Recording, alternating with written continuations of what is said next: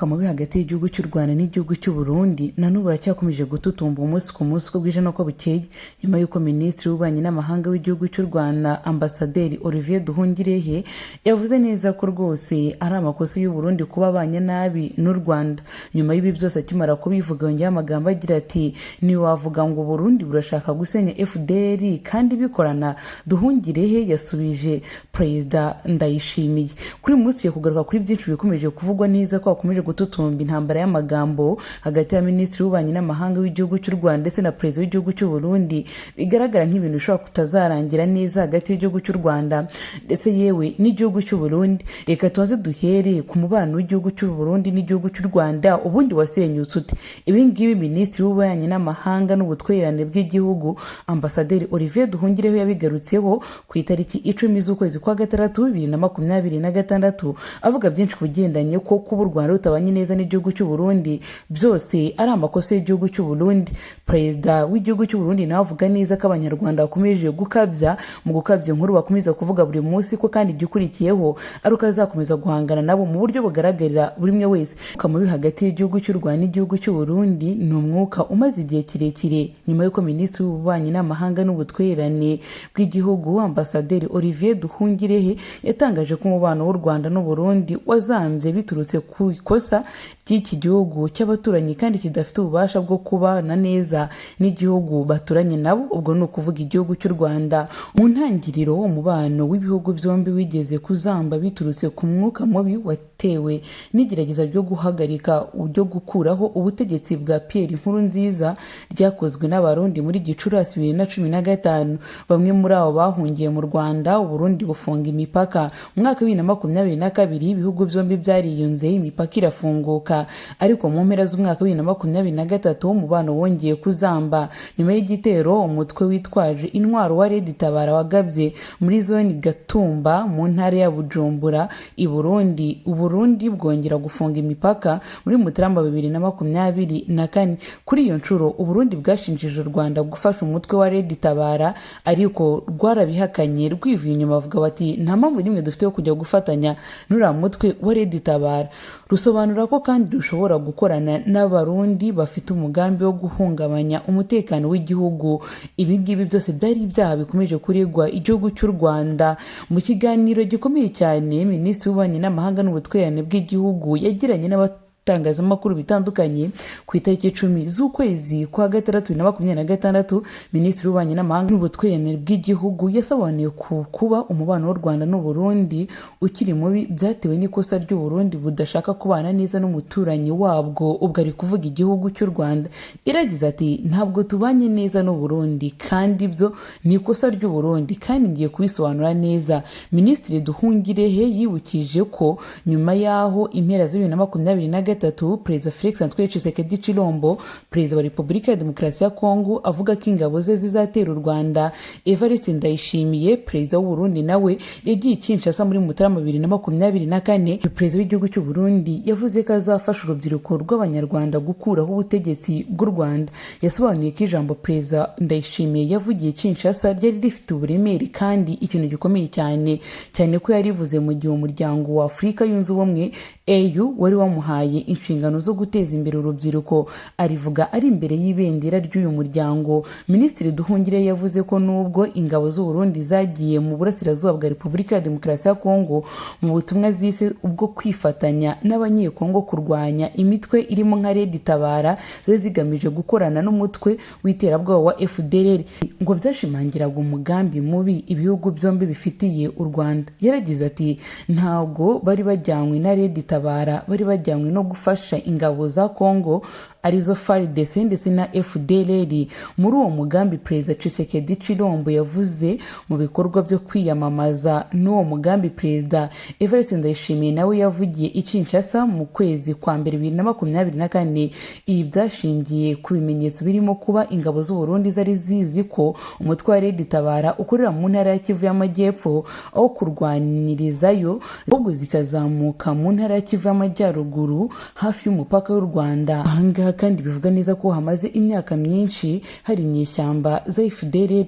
Minisitiri Nduhungirehe kandi yakomeje gusobanura ko nyuma y'uko ihuriro rya FCM 23 rifashe umujyi wa Goma, Bukavu mu ntangiriro za 25 cyangwa za 2025, Burundi bwasabye u Rwanda kuganira kugira ngo bihoshe umwuka mubi. Abashinzwe iperereza n'umutekano bahuriye ku mupaka inshuro zigera kuri 3 barumvikana. Ibingibi ntibyigeze bituma n'umunsi n'umwe igihugu cy'u Rwanda kibana neza n'igihugu cy'u Burundi.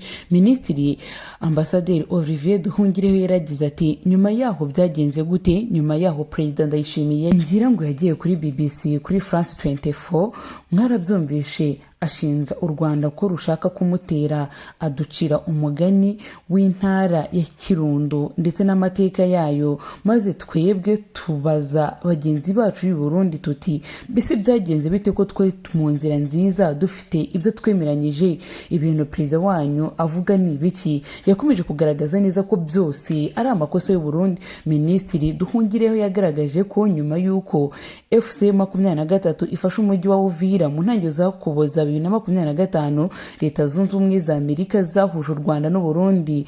Abashinzwe iperereza ndetse n'umutekano ku mpande zombi bongeye guhurira ku mupaka inshuro 2 muri uko kwezi, nabwo barumvikana. Uyu yarakomeje aragira ati ariko nyuma mwongeye kumva Perezida Ndayishimiye avuga ibindi bintu. Ikizwi nuko ubu ngubu ingabo z'u Burundi ziracyari muri Kongo cyangwa ziracyari mu burasirazuba bwa Repubulika ya Demokarasi ya Kongo, ziracyafatanya n'interahamwe za FDLR kandi uwo mugambi naho wigeze ujya.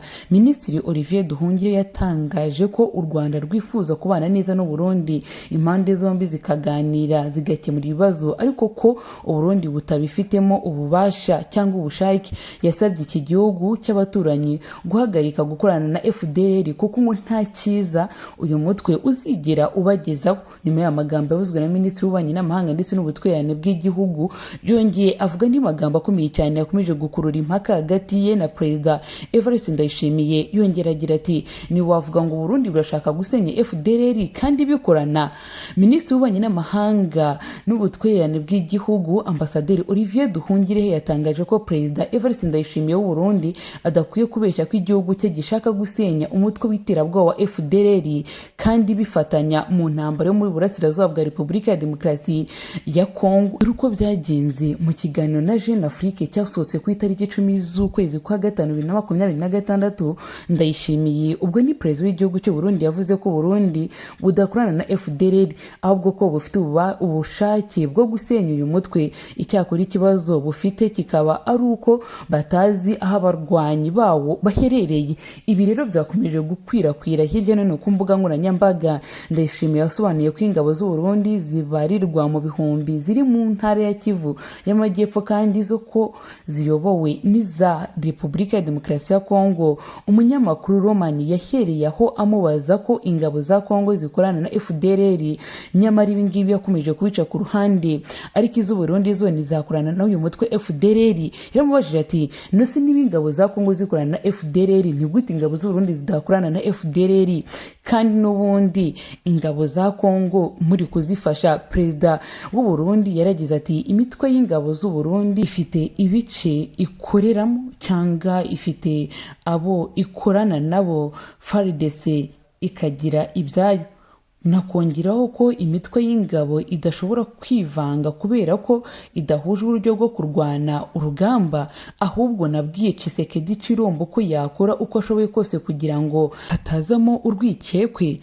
Ku kiganiro Minisitiri Nduhungirehe yagiranye n'umunyamakuru Antoine Kwanyi wo mu gihugu cy'u Burundi, yagaragaje ko kuba Ndayishimiye yaremeye ko ingabo z'u Burundi ziyoborwa n'iza Repubulika ya Demokarasi ya Kongo ariko ntizivange ari ikintu kidasobanutse neza. Yakomeje avuga neza ko ubwo nguko ari ukwivuguruza gukomeye. Minisitiri Nduhungirehe yagize ati muri icyo kiganiro yavuze ko ingabo z'u Burundi ziyobowe na FARDC kandi ko ariyo izohereza aho gukora. Nyuma avuga ko ingabo z'u Burundi zidashobora kwivanga n'iza Repubulika ya Demokarasi ya Kongo kubera ko zidahuje uburyo. Ni ukwivuguruza gukomeye cyane. Namwe magambo akomeye yari kuvugwa na Minisitiri w'Ububanyi n'Amahanga n'Ubutwererane bw'igihugu Ambasaderi Olivier Nduhungirehe yavuze ko kandi ku bufatanye bw'ingabo z'u Burundi, iza Repubulika ya Demokarasi ya Kongo na FDLR byeruye, bityo ko Ndayishimiye adakwiye kubeshya ko igihugu cyabo gishaka kurwanya uyu mutwe w'iterabwoba. Bityo bikaba byaravuzwe nyuma y'uko Perezida Evariste Ndayishimiye yavuze neza ko we ashaka kurwanya umutwe w'iterabwoba. Ibi bikaba ari kumwe mu bintu ushaka ko giye kuzana intambara y'amagambo hagati ya Perezida Evariste Ndayishimiye ndetse na Minisitiri w'Ububanyi n'Amahanga n'Ubutwererane bw'igihugu. Akomeje aragira ati FDLR ikorana byeruye n'ingabo za Kongo n'iz'u Burundi. Uyu munsi ntiwavuga ko Uburundi bushaka kurwanya FDLR mu gihe biri gukorana. Ndayishimiye yari yatangaje ko yifuza ko Uburundi na leta ya Kongo, Uganda ndetse n'u Rwanda byakwifatanya mu kurwanya imitwe yitwaje intwaro guhungabanyiriza umutekano. Gusa Minisitiri w'Ububanyi n'Amahanga ndetse n'Ubutwererane bw'igihugu Olivier Nduhungirehe yasubije ko nta bushake bwa politiki ubutegetsi bwa Ndayishimiye ndetse n'ubwa Felix Antoine Tshisekedi Tshilombo bufite mu gusenya uyu mutwe. Minisitiri Nduhungirehe yarongera agira ati niba ingabo z'u Burundi zishaka gusenya FDLR zikaba yizumvisha abafatanyabikorwa babo ari bo Kongo kubikora, ariko nta bushake Kinshasa ndetse na Gitega bafite. Muri Mutarama 2024 Ndayishimiye yavugiye i Kinshasa ko ashaka gufasha urubyiruko rw'u Rwanda bashaka impinduka gukuraho ubutegetsi bw'u Rwanda. Ni amagambo leta y'u Rwanda yamaganiye kure, agaragaza ko kandi ari amagambo ashobora kuzana ubushotoranyi. Minisitiri Nduhungirehe yatangaje ko ayo magambo ya Ndayishimiye atari ay'umuntu ushaka kubona neza umuturanyi we, bityo ko niba Uburundi bushaka kubona neza u Rwanda bukwiye kureka umugambi bufite wo guhungabanya umutekano w'u Rwanda. Yasobanuye ko kandi Uburundi butanemerewe guhagarika uwo mugambi mubi bufitiye u Rwanda, narwo ruzemera kongera kubana narwo neza. Ni ukuvuga ko igihugu cy'Uburundi nigihitamo guhagarika umugambi mubi bafitiye u Rwanda, Abarundi bazongera cyangwa u Rwanda ruzahitamo kongera kubana neza n'igihugu cy'u Burundi. Abantu benshi bakomeje kwitega amwe mu magambo ari buze gusubizwa wenda na Minisitiri w'Ububanyi n'Amahanga w'igihugu cy'u Burundi cyangwa na Perezida w'igihugu cy'u Burundi, basubiza Minisitiri w'Ububanyi n'Amahanga w'igihugu cy'u Rwanda ariwe Ambasaderi Olivier Nduhungirehe. Ese intambara hagati y'igihugu cy'u Rwanda ndetse n'igihugu cy'u Burundi izarangira gute? Reka duhore muri comment section. Mwakoze cyane kubana nanjye, ngiye twabanye na Kiro Kanyamibwa. Mukweze kugira ibihe byiza kandi turabakunda cyane. Mukweze kandi subscribe, like, comment and share, tubana no mu biganiro bitandukanye bya buri munsi.